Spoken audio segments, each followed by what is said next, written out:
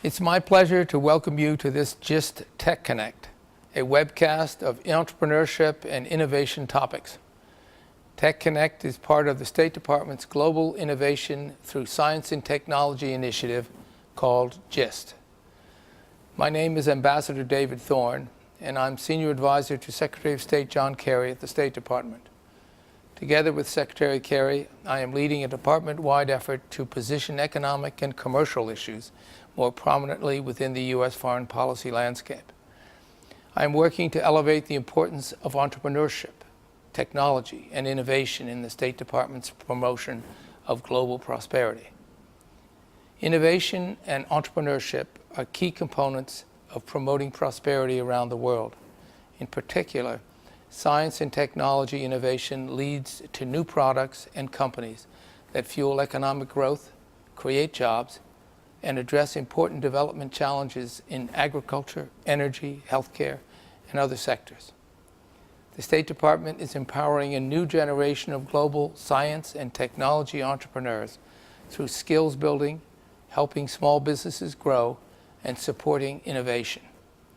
Through the GIST initiative, our goal is to unite the power of young people with the power of science and technology, to equip young people to be agents of innovative change and economic development around the world.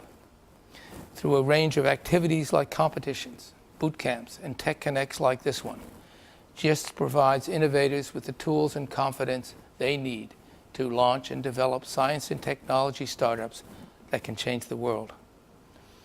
The GIST network extends globally and includes over 220,000 entrepreneurs. GIST works with the U.S. and local experts to ensure that participants have the support that they need to help take their ideas and innovations to the marketplace. We believe innovation has no borders, and that when you're free to have your own ideas and pursue your own dreams, it means more prosperity and progress for us all. I encourage you to join the GIST community. Innovative entrepreneurs like you are the catalyst for solving challenges both local and global. I'm honored to support your creativity and persistence. And I sincerely want to thank our TechConnect panel of experts for joining us today to share their experiences and answer your questions. And I'm now pleased to introduce today's moderator. Thank you, Ambassador Thorne. We are very excited to welcome our viewers to today Global Innovation Through Science and Technology, also known as GIST, TechConnect Global Conversation for crowdfunding your startup venture. We have an incredibly knowledgeable and dynamic panel with us today to answer some of your burning questions about how to crowdfund your startup venture and the development of the crowdfunding movement in the US and in general globally. Our speakers will also share with us their thoughts on how to effectively build your crowdfunding campaign as an entrepreneur and how to leverage your social network to build support, timely support for your own campaign and attract the funding needed. I'm Ovidiu Bujoran, and I'm the lead for the GIST initiative at CRDF Global. We're very proud to partner with the State Department on this initiative that empowers youth around the world to turn their science and technology ideas into viable ventures that catalyze economic growth. CRDF Global as an organization has been proudly supporting technology entrepreneurs in more than 60 countries for more than 15 years. Our programs are very centered on the entrepreneur, on fostering their efforts of the tech entrepreneurs globally through very practical training, such as this one that we are going today, in-depth mentorship by connections with very experienced practitioners, and as well as access to networks, capital, and global expertise, especially from US, but also from other countries around the world. Today, GIST is thrilled to host a virtual Connex web chat, and we're very thankful to our hosts here, that connects entrepreneurs and innovators across geographies through the power of technology. So when we designed TechConnect, we thought, what can we do to bridge these worlds where US has a lot of experience in entrepreneurship, especially tech entrepreneurship, with the opportunities from the emerging markets. In our TechConnect so far, we had more than 8,000 viewers from more than 33 countries across the globe, all continents involved. This level of outreach is possible and was possible because of the partnership between the US State Department, CRDF Global, and a lot of numerous local partners that are actually organizing viewing sites right now. We have them listed on our website. We're very thankful for your support all around the world. And I would like to encourage our audience to use the hashtag @GistTechConnect when tweeting about the event today. It's very important that you share the lessons and the key insights from this program as broadly as possible with your network, so more people benefit from this knowledge. We are also collecting, as usual, questions to ask our panelists later in the program, so you're most welcome to start sending us questions right away and throughout the program by typing in the chat space below the video. For this specific Just TechConnect, we have extended the duration based on the interest from our viewing sites and our audience to 75 minutes to allow for more questions to be answered. And after the program, also a new element, our speakers will answer a few more questions directly in the web chat.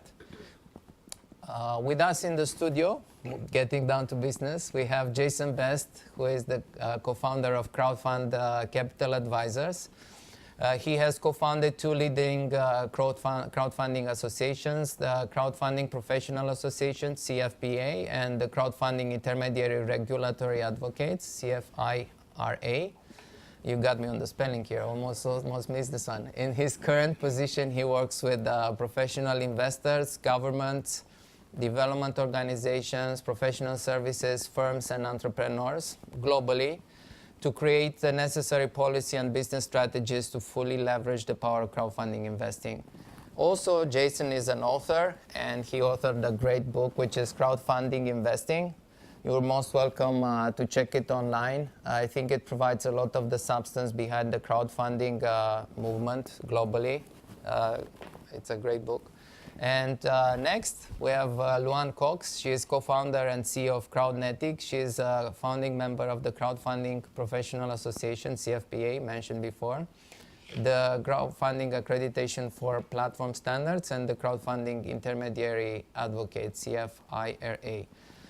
She's also very proud alumni of the Elite Springboard Accelerator Program, the class of 2013, comprised of world's leading women-led media and technology company. We have with us, and we're very glad to have Kara Kerrigan, a force in crowdfunding movement. She's president and CEO of Small Business and Entrepreneurship Council. She has been called America's Entrepreneurial Envoy and Small Business Ambassador for her extensive work overseas. She's also a founding member of the World Entrepreneurship Forum and a board member and former chair of the Center for International Private Enterprise, CIP. She was recently named a top power woman in the US crowdfunding by the CEO when we did our research, by CEO World Magazine, and she has been instrumental actually in moving, building the foundation for the crowdfunding movement in US that led to actually to the development of this movement globally, and we'll talk about this when we get to questions. It's my pleasure also to welcome virtually from Cairo, Egypt. It's great to have the voice of our entrepreneurs in the program. Amr Saleh, he's co-founder and CEO of Integrate. He developed novel products for the electronic hobbyist and education market. Amr worked with a team to raise more than $85,000 through a crowdfunding campaign on Kickstarter, raising 850% more than its targeted reach. And I know that this is one of the criteria where you judge the success of the campaigns. As we wait for your questions to come in, I would like to start off by asking each one of our speakers a number of questions. Let's start with Karen. The entire crowdfunding movement, it took a lot of effort initially to convince people in US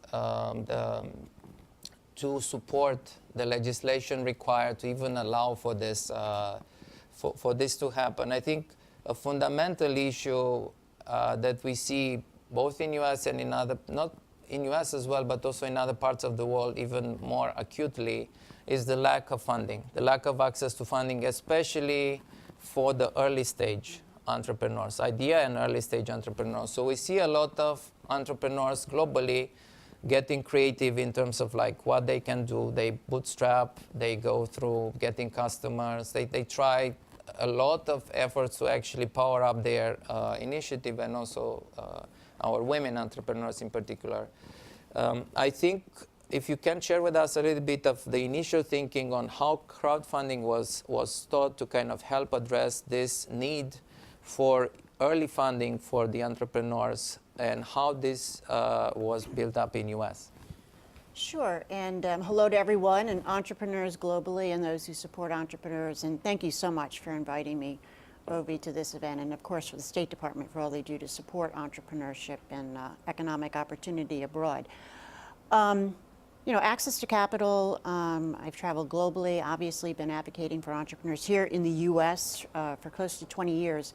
And access to capital has been an enduring challenge. I mean, tougher in some economic times than others.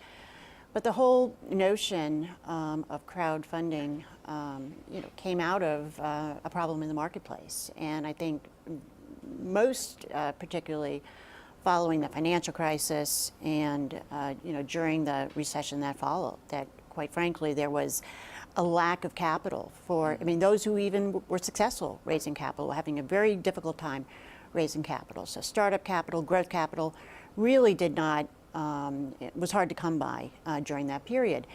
And so the emergence of crowdfunding, gift and rewards-based crowdfunding, also sort of came out of that period where there was a need in the marketplace for entrepreneurs to access to capital.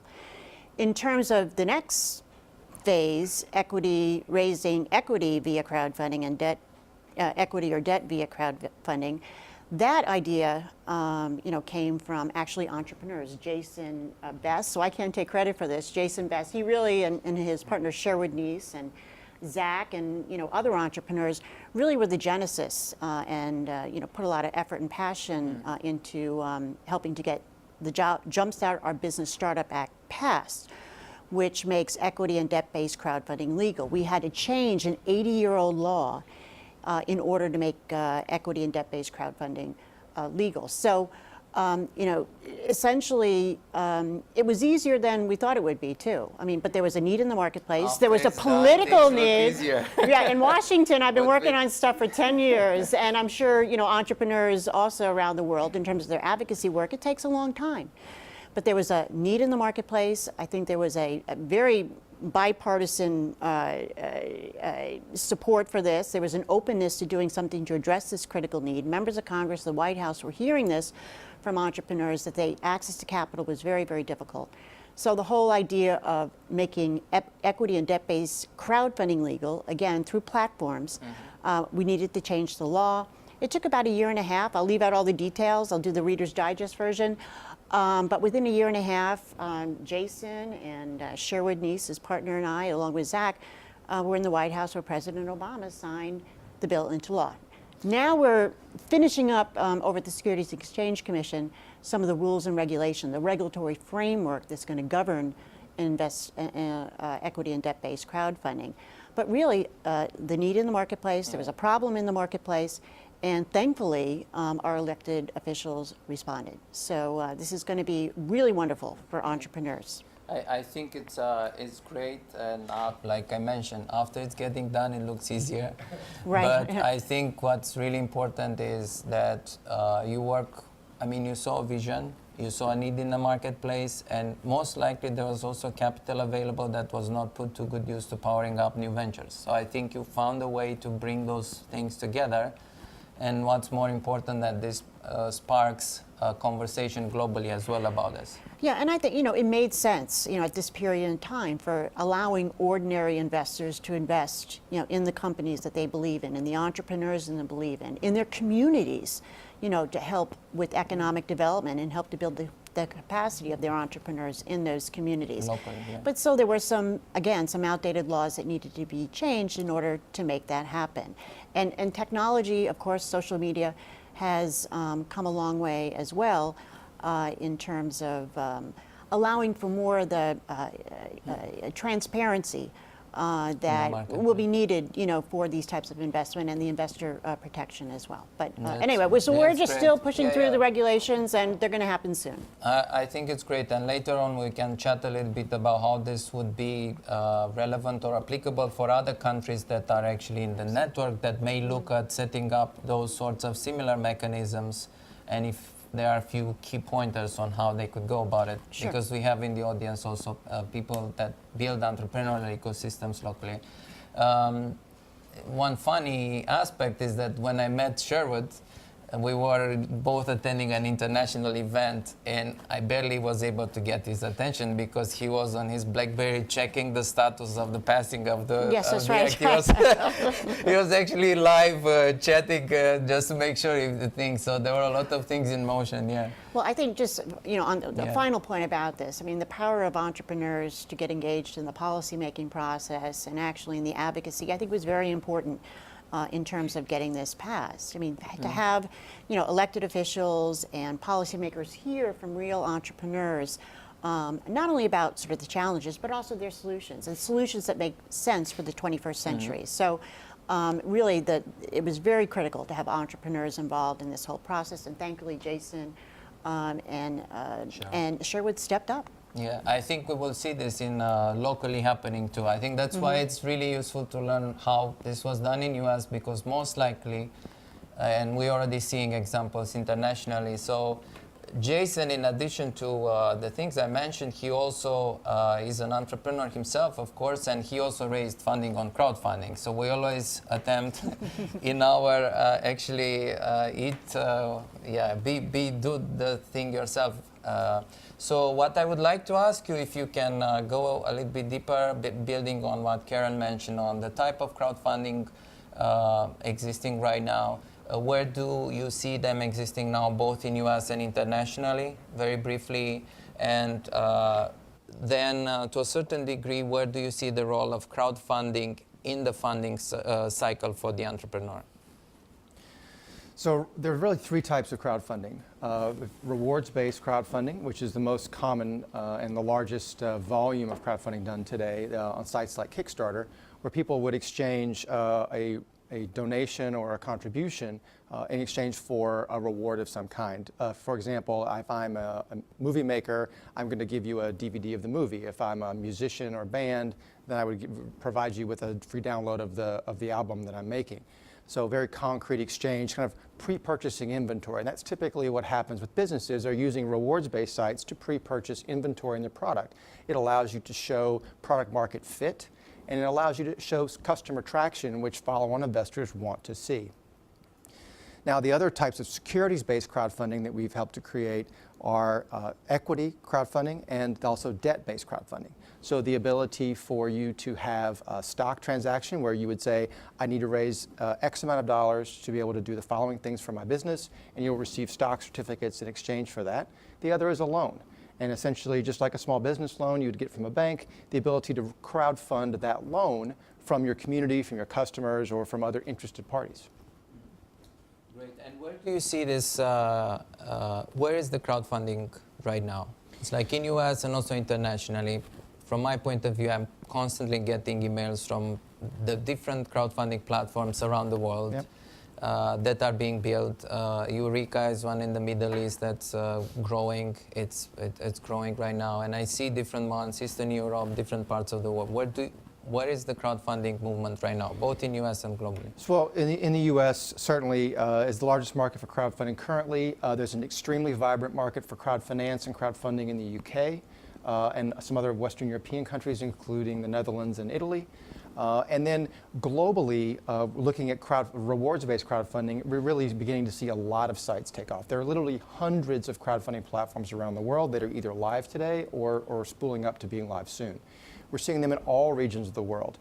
We've seen movement, early movement in Europe. There's a strong crowdfunding industry in Latin America. We're also seeing movement in the Middle East and also in Africa and Asia. So it really is a global phenomenon. Great. One of the things I mentioned, if you can add a little bit more detail, where is the crowdfunding coming into the funding circle? So in terms of you, and also maybe you consider both US entrepreneurs and international entrepreneurs. So I think one of the challenges in entrepreneurship globally has been this sort of missing step between I've got a great idea and a prototype and where a quote unquote professional investor is ready to fund my business. And so I think the initial phases of where we're seeing crowdfunding fit are really in that initial phase, allowing me to get from an idea or concept to a prototype. Or I have a prototype. Now I want to see if there are actually customers who are willing to purchase my product. Because if I can demonstrate to professional investors or even a larger group of crowdfunders that I have a customer for the product, people like it, people are buying it, that means I've got a real business. This is no longer a project, this is actually a business. And so this ability to bridge that gap, to demonstrate this, has really been effective. I think what we'll see moving forward as the crowdfunding becomes more prevalent, more common, is you will also see businesses who return to their crowd over and over again for funding. So it will not just be early stage the way it's seen today, but will begin to go into larger and larger rounds of capital. I don't think it replaces angel investors. It doesn't replace venture capital at all. It just provides another avenue to get funding for a business. Because the reality is there are many entrepreneurs who have a business model that may not be exactly right for a traditional angel investment or a venture capital investment. And so this is a new way to be able to access your communities and your customers to be able to, including diaspora communities, to be able to have access to capital. Great, and actually we have Amr as an example, and we will talk with him in our program. We also have one of our GIST entrepreneurs, Hind Hobeika from Lebanon, that raised $75,000 on Indiegogo. And I think an important element, given the type of work we are doing with the GIST program, and it's directly connected to what Ambassador Thorne mentioned, where you have entrepreneurs on the ground that build new products, new ideas, new ventures. Where do they go actually to attract capital? And we have international entrepreneurs and women entrepreneurs that actually were able to attract capital from US to power up their ventures. And Hind, for example, this year, she got the Consumer Electronics Show Innovation Design Award. That's a recognition that innovation can also come from the countries that we are working with, but sometimes the much needed capital to actually build a prototype and get to get a customer base, it's very critical too.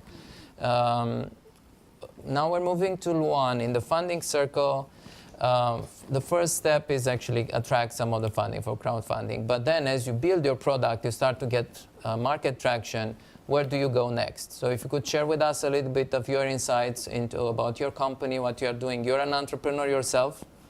You are connecting with investors, raising funding, and a lot of the things that our entrepreneurs are going through as well. If you can share with us a little bit about where your company is going into the funding circle and how both entrepreneurs and investors could benefit from this sort of specific service. Yeah, thank you.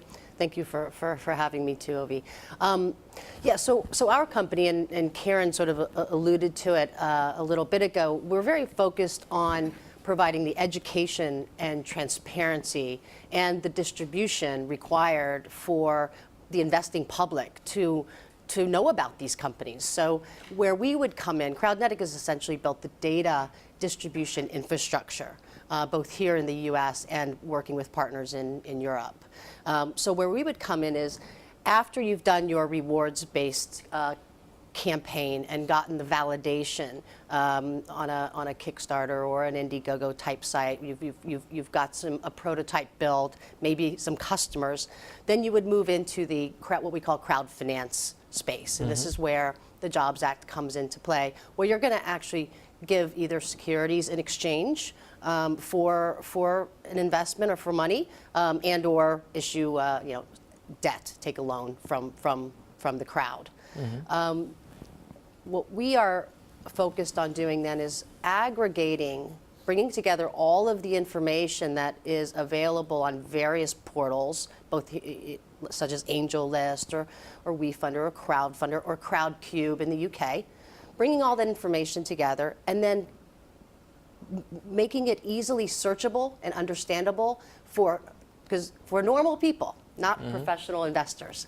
And our first step into that, and we sort of made history with Dow Jones on October 11th of last year, we launched on marketwatch.com, which is a very large financial media portal, the very first private company content suite. So that 7 million people all of a sudden were looking at both public companies like IBM and Apple and doing research, but then also smaller companies as well, and being able to understand where they could invest. I think it's great. If you could share with two follow-on questions. One is basically how some of our entrepreneurs that, as you mentioned, reach a certain stage. They raise funding, they build a prototype, they start to get some market traction. How do you identify those entrepreneurs, or how do they find you, so that actually you provide this sort of visibility into these opportunities to the investors and more broader the market? And the second question is about what type of investors and what type of investors actually are looking into your platform. Of course, to the Market Watch, you have a very broad distribution, are they more US based, more internationally? Do you envision that also some of the international investors could be looking at this sort of opportunities and using your platform as a way to kind of identify? Because I know angels from abroad also invest in some companies in US too. So it's interesting to see the dynamics both ways. Yeah, so in terms of how an entrepreneur or a new issuer, is sort of how we refer to them, would find us, is they would need to select a portal. We can, obviously, we're going to talk more about that today, but they need to select a portal from which to do their crowd financing.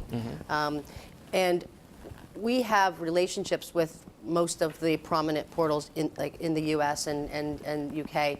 And those portals then funnel that information to us, and we become then a distribution mechanism to investors.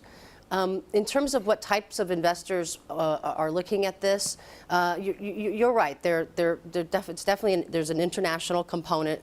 U.S. International investors looking into U.S. companies and vice versa. But right now we have some regulatory constraints. Title II crowdfunding allows for everyone to invest, for example, regardless of how much money you make or how much you're worth. Today, right now, you're only allowed to invest if you are accredited, which accredited meaning you make a certain amount of money. So under the Jobs Act, Title II, we are allowed to broadcast these offerings to everyone, but only accredited investors can invest today. And the work that Jason and Karen are doing, working with the SEC, hopefully Title III crowdfunding will help change that. They are working on this as we speak, so it's the next wave of development. Yeah, good. So I would like to, you mentioned, thank you very much, and we mentioned about the different platforms. A few months ago, we also interviewed Slava Rubin, who is the founder of Indiegogo, and he mentioned us some of the things they learned from looking at the campaigns, because I would like now to move a little bit deeper into actually what it takes for an entrepreneur to raise funding. So the things he mentioned me that they analyzed over 150,000 campaigns on their on Indiegogo, which is the most data of any platform that they know, and they come up with three things on the matter. First of all, number one is having a good pitch. Number two is being proactive. And number three is finding an audience that cares. So part of having a good pitch, we know that if you have a video, you will raise 114% more money than if you don't have a video. We know that typically a campaign will hit its target on day 36.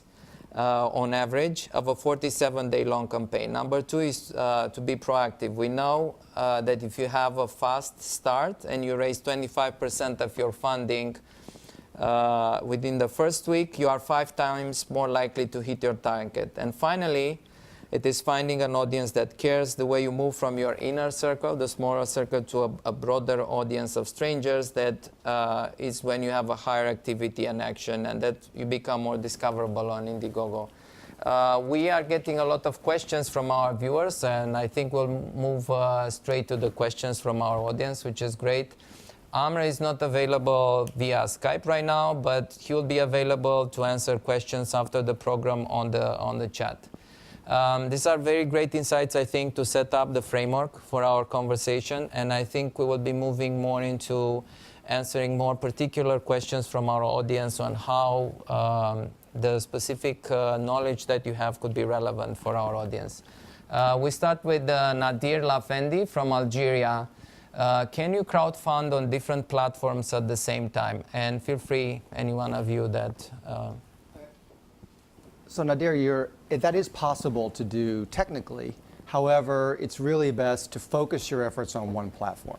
You're really going to be, one of the keys to success about having a successful crowdfunding campaign is you have to start with your friends and family, demonstrate that you have backers who know you well before a campaign will go viral, before a campaign will have broader donors or investors from people that don't know you personally.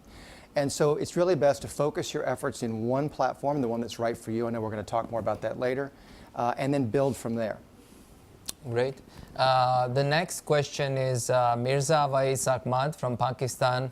How you make it to the front of a crowdfunding website? What are the criteria for that? I mean, we are seeing a lot of campaigns right now, a lot of platforms. How you navigate and how you put yourself in the so you get more attention. Would you like to? I mean, every platform is different. It's a great question. If anybody here knew that answer, we'd probably make a lot of money. But you know, each platform has different criteria. I think the best advice that we can give is to just try to gain as much support and momentum and speed around. You know, Slava mentioned that campaigns get funded on average in 36 days. Clearly a campaign that has a lot of interest in the first couple days will be on the front page. So you just have to keep doing what you normally would do and not depend on trying to get on the home page, because you'll be competing against thousands. At the end of the day, it's your crowd, it's your family, friends, network that's going to crowdfund you, not a website. I would agree with all that, but also you know, just having your core network, you know, of support sort of there for you and sort of pledged, you know, before you launch is very, very critical, so that you start out very successful when you first launch. That you do have that core network. That, you know, all this is done before you launch your campaign. Before you launch the campaign. Again, that will show that this is a successful campaign. It has traction. And then hopefully that will get you on the front page. Great. So based on what Slava mentioned, what you all mentioned, I see a number of concentric circles, where basically you start with the inner circle of friends and family that you need to really super activate, and hopefully you also have friends that have broad social networks, so you kind of expand the impact from the get-go, from the initial design. You have the initial buy-in, but at the same time you are looking at how you can leverage, how you can navigate the different social media, so you amplify. So you need to do a lot of preparatory work ahead of actually launching the campaign, because you will actually, like with anything in life, you'll be competing against other entrepreneurs for attention, for the capital, so on and so forth. One other comment, I think if you confirm or not, I think there are also, I see companies starting to be providing a service, how you can get funding on the crowdfunding platforms that will get really good at actually doing these things, preparing the entrepreneur if they have a really good product or ventures, activating. They will have networks in their realm. Do you see this also happening? Yeah, actually, we're very closely partnered with a company that we think is doing a lot of work in this space called Crowdcast, and also Crowdfund Academy. And what they're doing, and Sally Outlaw runs that company. They're trying to educate people on how to crowdfund, helping them with their video, teaching them how to do social media, and not relying so much again on which the website to do the work because the website won't. So Great, yeah, great. there's a lot of good companies doing work around that. I think it's a natural evolution of things. Building the entire ecosystem. Ana Gemma Galejo from Spain. How do you engage the public on crowdfunding, and what are some of the specific ways to reach a lot of people? I think I'll just reinforce the fact that where you want to start is with the people that you know, because the way you get social sharing and the way a campaign becomes viral is when you're able to demonstrate you've got good early traction. How to do that? Number one, you need to have a very disciplined plan and then execute that plan really well. So to start with, before you ever launch publicly on a crowdfunding campaign, on a crowdfunding platform, all of your immediate friends and family, your closest supporters need to know what you're going to do and need to know they're going to be called upon on a specific day to donate whatever or invest whatever they are going to invest within a certain period of time. Really, those people who you can actually call and say, I need you to be a contributor to my campaign in the next 48 hours, and then they'll do it because you're going to be sitting across the table from them in a few days, maybe at a family meal or at a friend's house. And then you move out to that next concentric circle, the people that you are good friends with, to demonstrate that early traction. Because, like at a good party, no one wants to be first on the dance floor, right? And you have to be able to demonstrate that you've got that traction, that this is a good idea, and other people can be part of that. Once you have that early traction, then it looks like once you can get to 30% of your fundraising goal early, then you're able, that is the tipping point for other people who are not as closely related or closely know you to be willing to invest or to contribute to your campaign. And so the other piece of this, again, from a virality perspective, again, planning.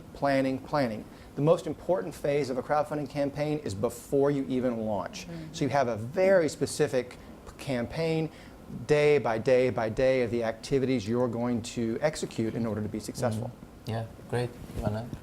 Yeah, I mean, that is so important what Jason mentioned. I mean, just again, that core network, and also to have that core network or even your loyal customers be brand ambassadors, for your campaign as well. But to ask them to reach out, to their networks. In terms of broad support, I mean, broad outreach. One of the things that we found in some of the more successful campaigns, we had a crowdfunding contest, and our actual winner used the media very well in terms of letting the public at large know about their campaign. So earned media, contacting reporters, doing talk radio shows, having people do blogs about your effort.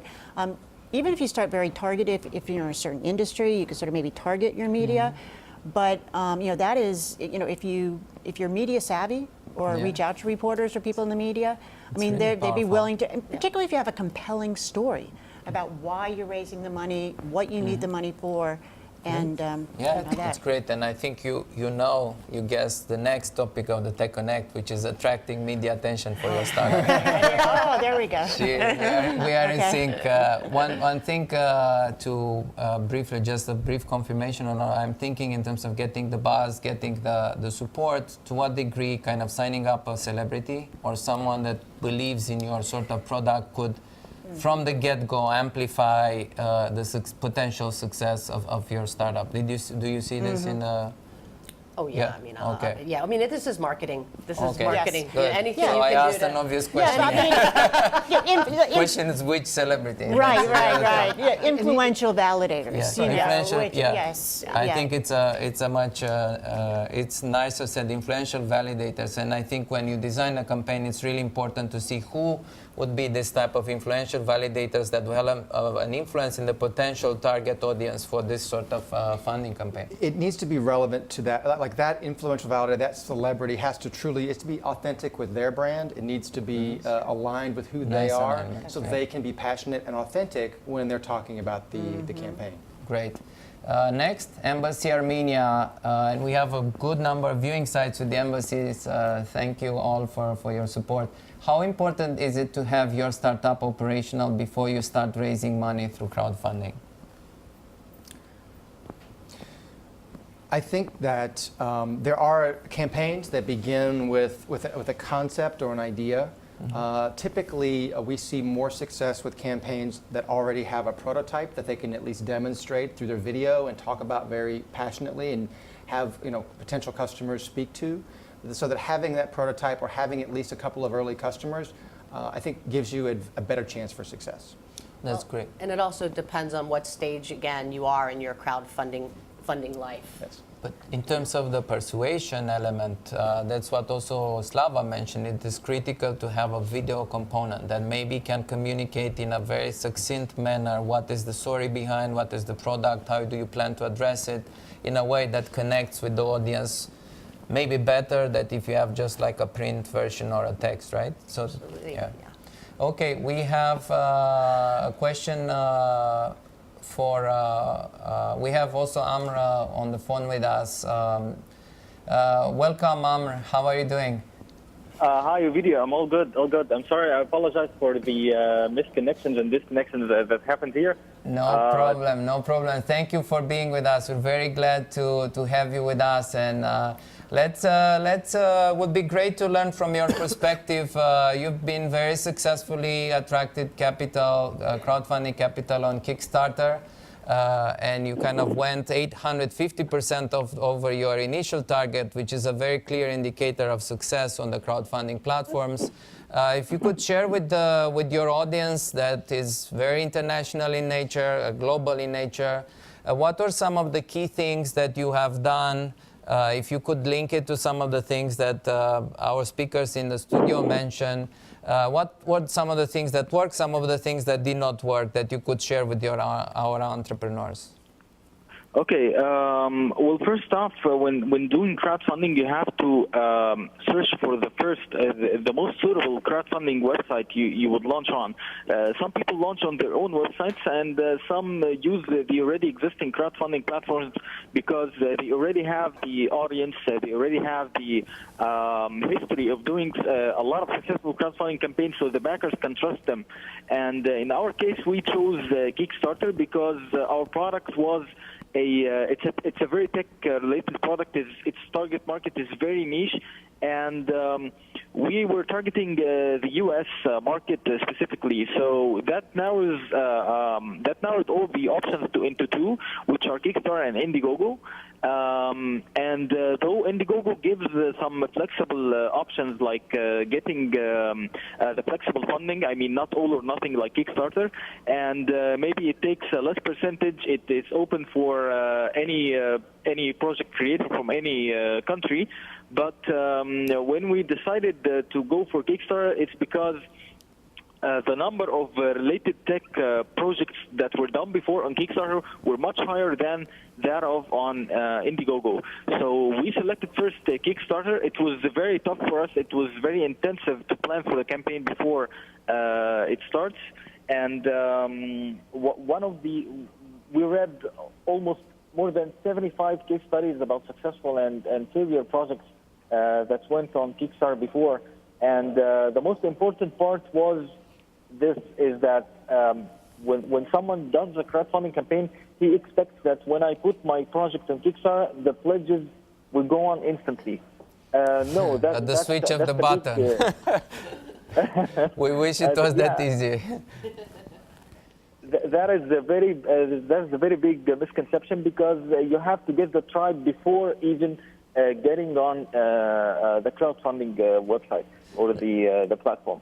So what we did is we launched in an event nearly 3 weeks before the campaign. We launched the product, and some of the big blogs wrote about us, like TechCrunch and Hackaday, and that gave us like a wide base of email subscriptions for the product itself, so that we notify them once we launch. And this was mainly the major issue that got the campaign to be funded in only less than 6 hours.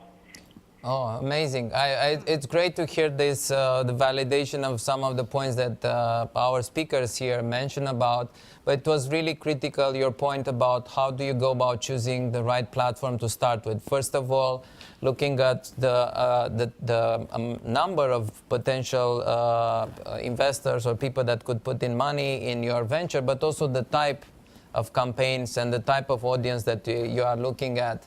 Okay, that's great to know. What other key insights that you learned actually after you launched? How did you go? We mentioned here about starting with an inner circle and then going beyond that. You mentioned like being picked up by some of the blogs, reputable blogs, which is great. What are the things you have done to actually go beyond the inner core group of supporters, which is also critical to build, but I think it's also critical once you reach that initial goal of what we mentioned, 25-30% of the funding, how do you move beyond that? Yeah, okay. So the important thing before launching is to well present your product and well present yourself, because these people are going to give you money that and these people don't know you, don't know even who you are, what is your previous experience. So you have to design everything to fulfill all questions that are asked by backers. Like what is your technical experience? Are you capable of getting this product? You have to well present yourself in a video. We made a very good video, but it only had one disadvantage, is that it was 5 minutes. And so you have to keep your video less than 3 minutes or such. It won't exceed the 3 minutes. That's a good video. You have to be responsive, extremely responsive. Any message, any comment, you have to reply it as soon as possible, because these guys, the backers, need direct communication with you all along the campaign itself. You have to answer questions, you have to be transparent, and you have to, of course, plan well on your timeline before you promise, or so that you don't overpromise what you say. Like if I'm going to deliver the product after 2 months, it's not realistic. You have to test and you have to deliver it right. And this is the biggest challenge we're facing right now. We are doing our best to fulfill the rewards to the backers within the timeline. Great. I think from what I'm reading is actually you need a compelling story to sell initially to your core group of friends and family then, but for the next level, you need to show the ability to execute, your capacity of actually taking a prototype and moving to the next phases. So even the communication within that video most likely will differ a little bit. While still having elements of the story, you move actually to your ability to execute and implement, because you are handling an audience that doesn't know you that well. So you have to both sell yourself and the team as well in the process. Yes, if we will move now to more questions from the audience. For Luan, Jehan from Pakistan, what kind of startups are more suitable for crowdfunding? Is it for everyone? Oh, that's a great question, Jehan, and I know Karen and Jason could answer it just as well as I. No, not all startups are necessarily fit for crowdfunding. And when I talk about crowdfunding, I'm talking about crowdfunding for securities or crowdfinance, not necessarily just rewards based. It depends on the type of company you are. Consumer-based companies typically do very well, and then you have a product, whether it's a watch or some wearable technology. These obviously do very well. Where there's a broad appeal and you're trying to sell something to individuals, these companies tend to do well in the crowdfunding world. If you're a biotechnology company that needs at some point $1 billion, probably crowdfunding is not a good place to start. So you guys feel free to chime in. I happen to think that if you're solving a solution in the marketplace, and if you can articulate that to the crowd, and if you're targeting your efforts and going to the right crowd, then anyone can raise money via crowdfunding. But certainly you do have to you have to have your act together, as Amar said. You have to have the whole package. You have to be meeting the need in the marketplace. You have to be solving a solution in the marketplace. And also, I mean, if you are a biotechnology company, for example, I mean, you may not go to the broader crowd, but there may be a site developing just for you. Yeah. So I think, you know, there is, you know, targeting involved here. And also, when I think of successful crowdfunders, I also think of attributes of successful entrepreneurs. You know what I mean? You have to have those attributes and strengths that are going to make you a successful entrepreneur, are going to make you a successful crowdfunder as well. So you do have to, I think, you know, display, you know, the credibility, the confidence, the great communication skills, all those types of things are going to allow you to successfully crowdfund. What Amr was mentioning, as a fun fact, Slava mentioned me that actually on the existing top crowdfunding platforms, people are raising funding to launch new crowdfunding platforms. He mentioned Yeah, I'm that, surprised so he's it's allowing that to happen. it's like a healthy competition. For Jason, question from Karachi, Pakistan. We have a very good community, a JIST community in Pakistan. Apart from the US, how many other countries have passed the legislation to make crowdfunding legal? And what are the global trends for crowdfunding? Where do you see this going? So there are just a handful of countries to date that have passed legislation for allowing securities-based crowdfunding. The UK, Italy, Netherlands, the US, a few other countries, Australia, of course, who's had crowdfunding for the securities-based crowdfunding for the longest period of time. Mm-hmm. And so there are a number of countries. I think that, you know, if we're looking at how entrepreneurs can help move this forward, because certainly we've now worked in 25 countries on 6 continents, and so we've met with a number of entrepreneurs, with government officials, with multilateral organizations, securities regulators, and hearing their challenges. And many of them are the same conversations or similar conversations that we had here in the US. And really it comes down to 3 things. How are you going to protect investors? How are you actually going to deliver capital to the right entrepreneurs?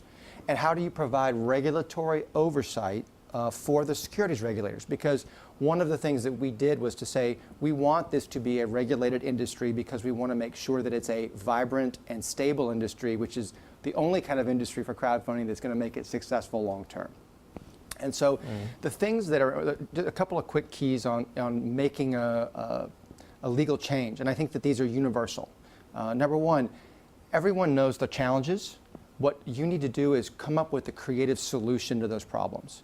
What we did was we came to Washington and we began working with Karen. We had a framework that we created. We took the current law that was written 80 years ago and we wrote what we believed was a rational update, a 10-point framework of how we could modernize those securities regulations about how to use social media to raise capital on the web. And then we began working with government officials. The power of showing up is key number 2. The ability to actually go and meet face-to-face with regulators, with legislators, with people in the ministries of finance, ministries of commerce, ministries of the treasury, to be able to demonstrate who you are, why you believe this so passionately, and frankly, the fact that these initiatives cost the government nearly $0. And so creating a solution that you can deliver to a government official that you're not asking for any money, you're just asking for the opportunity to work hard, can be really compelling. Great. We have a question for Karen, and after I have another question for Amr. So for Karen, Erbil from Iraq, why is reward-based funding more popular than the other crowdfunding models? And also, is government support required for a successful crowdfunding campaign? Well, I think rewards-based is the most popular at this point because it's been around the longest and it's actually legal.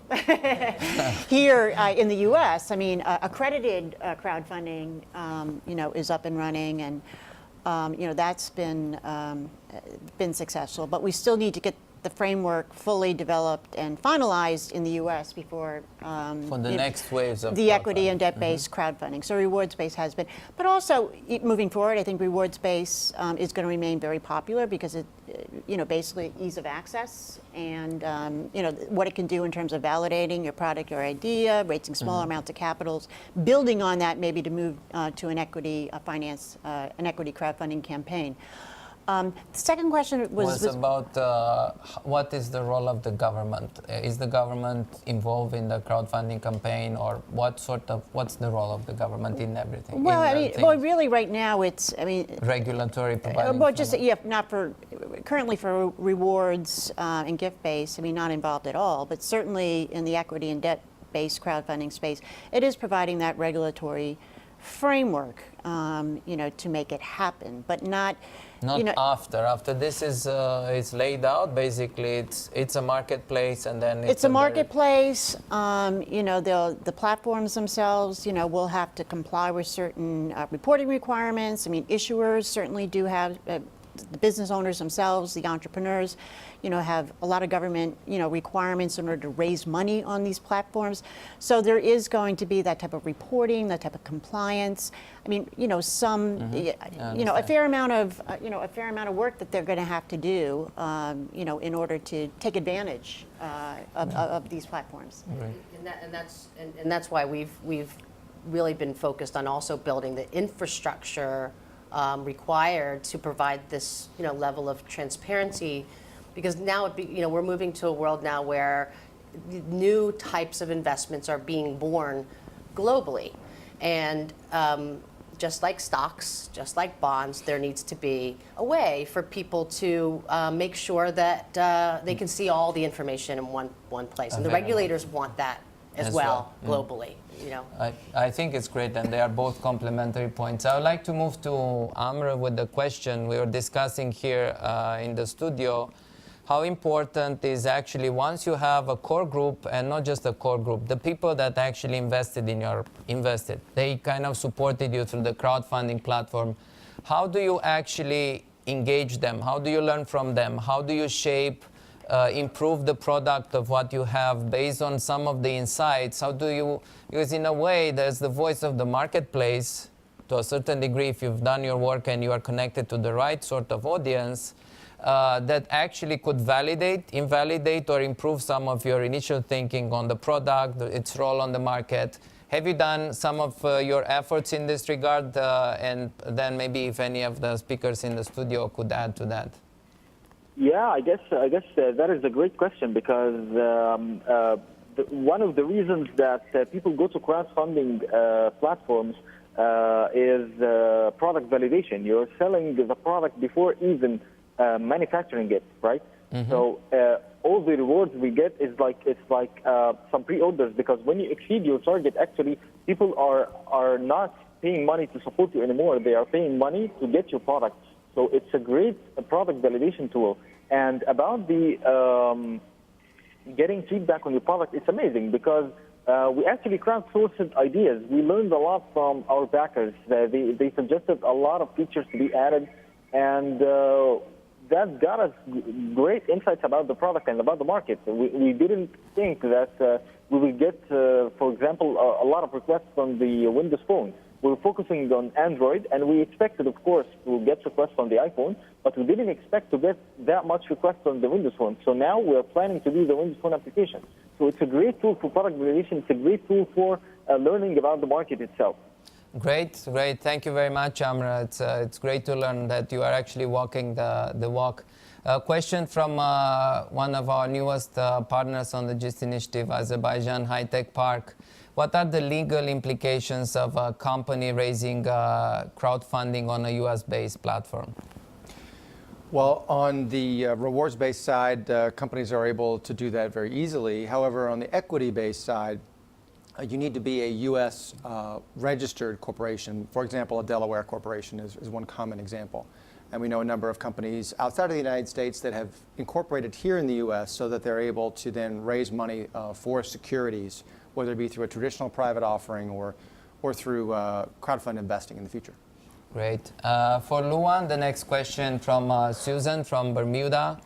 How do you avoid competitors from stealing your ideas within your crowdfunding core group? Mm-hmm. We always get this question, not just on crowdfunding. Yeah, well, this is a question every entrepreneur asks themselves, and this is a very personal answer. I personally believe that regardless of whether or not you're using crowdfunding or other more other ways to raise money, you have to tell people about your idea, and if you have an idea that's easily replicable or easy to copy, you might want to come up with a different idea. Now, that said, in the crowdfunding world, you're not giving away everything. You're giving away just enough to get people interested. And again, yeah, it's a risk because you want people to buy your product up front. Yeah. Okay. So Great. You want to add? Well, this is why we as an organization are very big advocates of strengthening IP, both intellectual property protections and rights at home and abroad.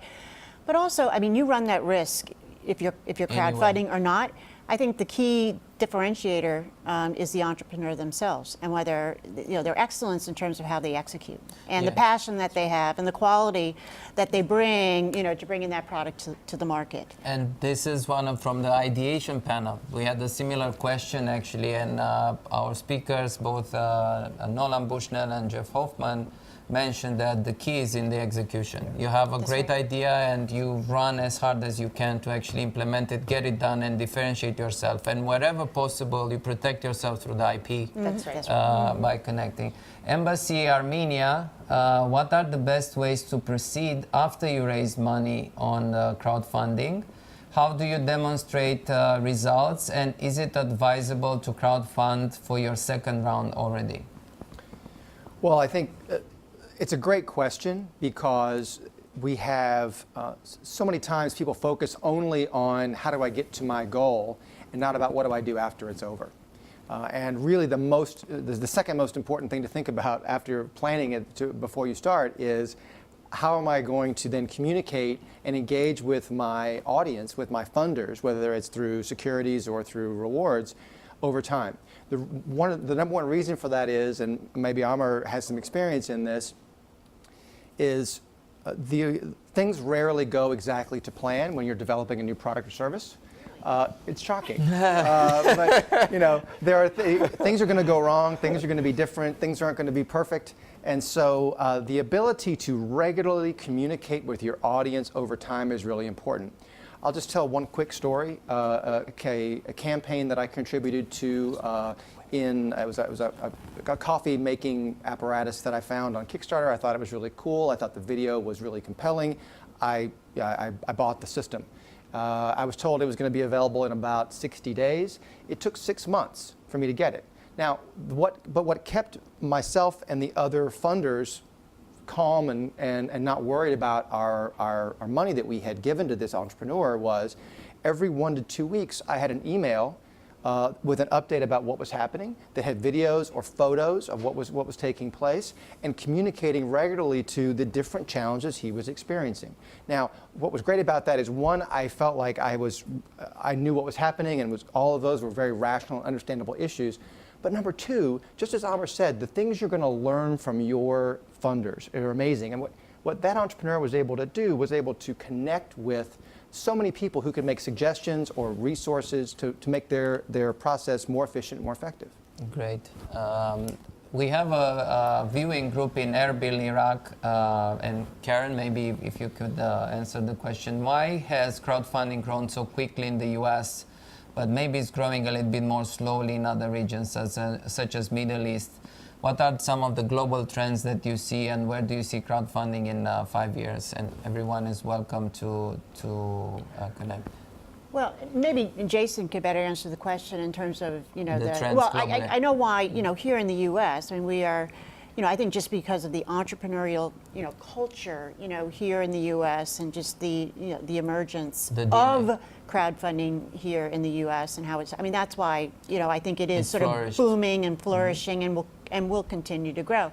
And I know globally, there are some cultural issues, there are some, perhaps some legal issues in terms of, transactions and things like that, that are barriers to crowdfunding. But where I see it growing in 5 years, I think it's going to be awesome for entrepreneurs, not only in the U.S. but also on a global basis, because entrepreneurs need access to capital. Governments need entrepreneurship to flourish in their country. They want economic stability. They need jobs. They need economic growth, and crowdfunding is a great way. It is a common sense way and is a practical way for entrepreneurs to get this capital. Right. Sorry, Jason. I mean, it's going to be, and it's going to be huge, especially in the U.S. too. I mean, most people don't realize that we have a very educated audience here, thanks to the work you do. But most of Americans still do not know what crowdfunding is, right? So we've got a long education runway. We've got a long way to go to help empower the rest of America. If you're if you're on the East Coast or West Coast, you probably know about it, but all the way in the middle, not yet. And that includes small business owners, That's too. right. In That's the right. making. Yeah. In the Absolutely. They don't even know about rewards-based crowdfunding, much less Exactly. securities-based. So we're just at the tip of the iceberg. Yeah, I mean, and I think that's the case really with a number of different platforms where you have, in different countries, typically rewards goes first because, as Karen said, it's legal and there's very little that's controlling what people, if people are donating money, what happens with that. Securities issues are very different. I think that one of the things that we found in the conversations we've had with an increasing number of governments and regulators and multilateral organizations around the world is really trying to understand what are the key structural decisions that they need to make in their markets to be able to make regulation that will actually work. And I think that's one of the really powerful things that entrepreneurs in different countries can do, again, is to be able to, because you understand the challenges in your local market, and you can make recommendations on how, being able to demonstrate to regulators how this could be done, be able to point to the global data that demonstrates how small fraud is as a percentage of compared with of the even campaigns. more traditional type Right. of funding. So fraud is, if you look at these issues, it's less than 1/10% of crowdfunding campaigns have been found to be fraudulent. So a tiny, tiny fraction. Can you eliminate fraud? No. But it can be really big. But because of the vigilance of the crowd, the ability of these crowds to have more visibility, it really helps. Which they are used also on the reputation based on eBay and all the other mechanisms where Right. basically you have the self-regulation of the crowd where you can, all the Airbnb and all the other things where you can have reputation based in addition to the regulatory. And most of the and there have been a handful of campaigns where people have attempted fraud, but the crowd typically finds those. So there's a mix. The crowdfunding platforms have developed very sophisticated algorithms for protecting people, and also the crowd is able to see, wait a minute, you've copied and pasted those images from a different site, or I know that's not a real video game, or those sorts of things. You have multiple eyes on the same thing. You don't have just one person. The Wisdom ultimate of the due crowd. diligence. Yeah. So we have the next question from one of our transformers, just transformers, Maria Omar from Pakistan. Hi, Maria. What are the payment mechanisms that have to be in place in order to crowdfund? Is PayPal a must? Payment is the biggest issue globally. How are you going to handle that? In fact, one of the companies that we advise in Beirut, Zumel, has just been able to handle that issue for themselves, to be able to create a payment mechanism with an online payment processor to be able to handle payments globally. And I think that's really, PayPal is certainly is useful in a lot of countries, but there are many countries that PayPal doesn't work. And so I think the challenge and the opportunity for entrepreneurs, number one, it creates an opportunity for entrepreneurs in countries to figure this solution out in the local market. But number two, to be able to use the web to find those types of funding platforms and those types of processors of payments who are willing to be creative and create the right solutions. And I want to add on that. Someone should crowdfund a payment mechanism in their countries. I want to add on the things that Maria is doing a very interesting effort to actually build a platform that will provide job opportunities to women in Pakistan and beyond. And I mentioned, we spoke briefly with Karen about this. How do you see the crowdfunding, the potential availability of capital through the crowdfunding, actually empowering women to start new ventures, both technology and other types of ventures globally? I mean, do you see this in U.S. happening? Do you see this kind of going globally as well? Yes. I mean, to steal a phrase, it is a game changer for women entrepreneurs in the U.S. and also globally. You know, if you talk to women here in the U.S., but also globally, I mean, they have the same issues, the same barriers. Access to capital, access to markets, sometimes access to technical information. Expertise. So crowdfunding is more than just raising capital. It is access to a wide variety of things that are going to help women entrepreneurs grow. So, the leveling of the playing field when it comes to accessing capital is just absolutely amazing. But there are also your crowd is, there are gems in the crowd, as Jason I think alluded to. I mean, with one of our again, we hosted a crowdfunding competition. The women entrepreneurs who won that competition, found some amazing mentors now. What do you do post-crowdfunding? Well, one of the things they did is looked at their crowd, but they found amazing mentors, successful entrepreneurs, in their crowd that are helping them take their business to the next level so that then they can raise the next round, of financing for their business. I think it's critical when you go as an entrepreneur to attract capital, to be mindful of all the other types of resources that you will actually have in the audience that decided to back your venture. That you talk mentorship, expertise, maybe access to market channels. So when you go with this campaign, you kind of have to look at the various sorts of additional resources that you can allocate. And for women working out of their home or need some flexibility, in terms of starting a business, I mean, if you can't do a focus group, in another city, if you can't travel that much, the crowd, crowd is your focus group. The crowd is your tester, is your validator. So I think it's terrific for women entrepreneurs. Yeah, I agree. I mean, less than 3% of women-led companies in the United States get venture capital funding. Less than 3% today. So it's critical. It is a game changer, and great work that Maria is doing. I think that we also have to think even broader. We have a great company here in the U.S. run by a woman named Deborah Jackson called Plum Alley, which Maria should check out, plumalley.co. And she's taken the whole aspect of supporting women beyond just crowdfunding. So how can I help women sell their products online? How can I help them build an advisory network to run their businesses? And then how can I get their products and services crowdfunded? So it's a nice model. Yeah, and we'll be glad to make an introduction to Maria, because actually we see also this sort of other networks like Glowwork, for example, from Saudi Arabia, that actually build a platform that allow women to work remotely, like you say, from different locations to kind of build up, because they're very educated. And also in the GIST network, we have very successful women entrepreneurs that actually are leveraging these new platforms to attract the new support. We're moving to another question from the audience. Ash, if you can give him some advice on starting a crowdfunding platform in a fairly new market that isn't very familiar with the idea. Any one of you? I mean, I'm happy to take that, because we also provide portal technology for companies who want to launch a portal. So there's two ways to do it. You can build from the ground up, or you can partner there's actually three ways. Build from the ground up, partner with another existing portal. Crowdcube, for example, in the UK is openly looking for partnerships outside of the UK in the securities-based world, and or buy the technology or license it. But in any case, it's sort of two different choices. You need to decide you're going to be a rewards-based platform, which is significantly less complicated. And if you decide you want to be a securities-based platform, make sure it's legal in your country. It's a key checklist. Yes, but in any case, get ready for a long design and development and testing process if you want to have a quality site.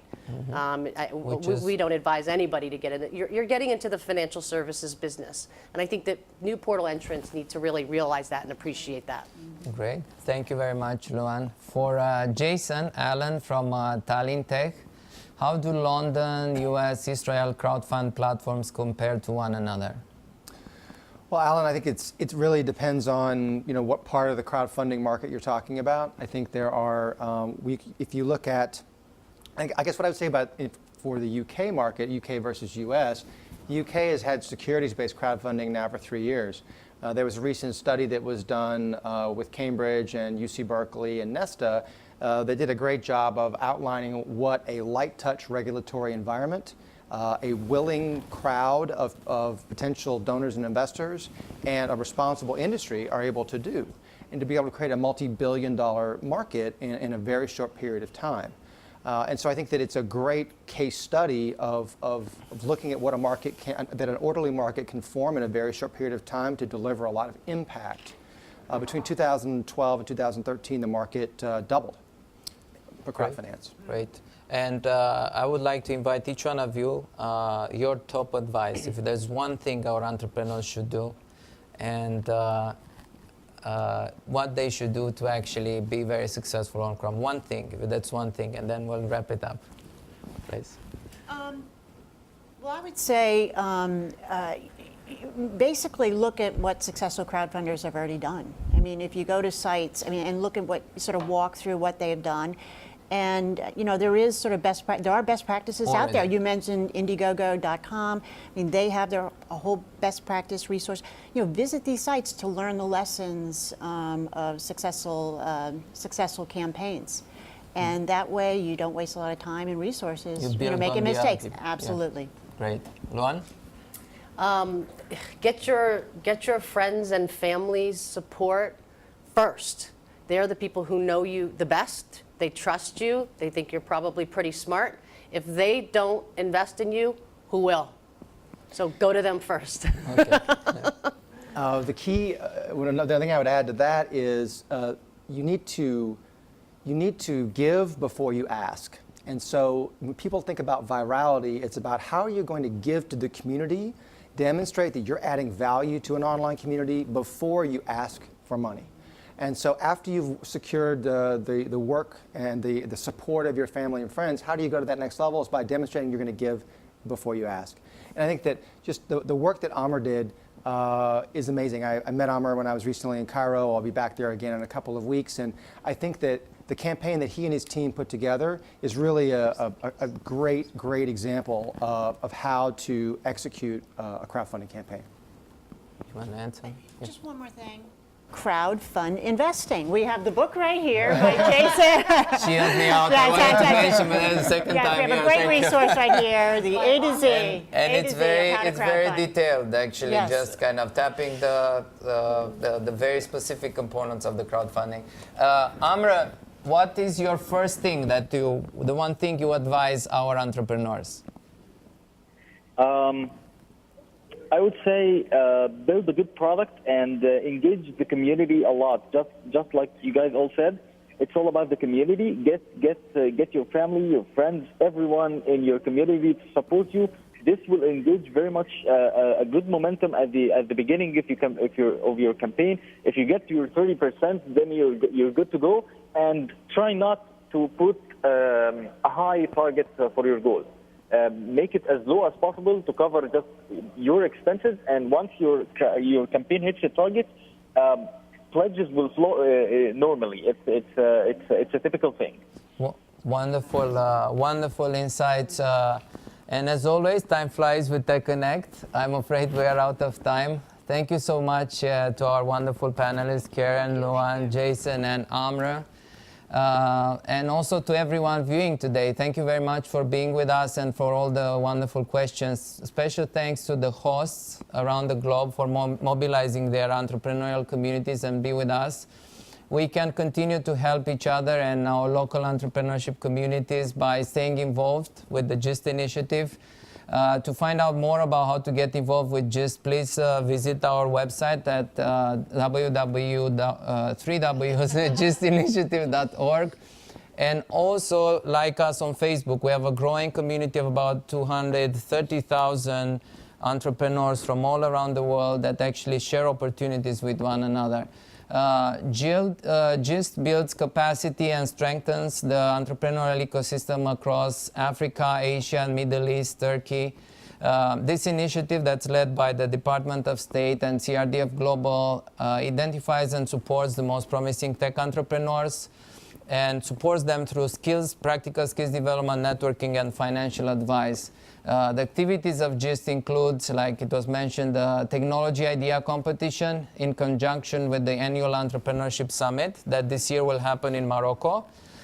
We also include the TechConnect and the interactive webcasts like this one that brings together great entrepreneurial minds.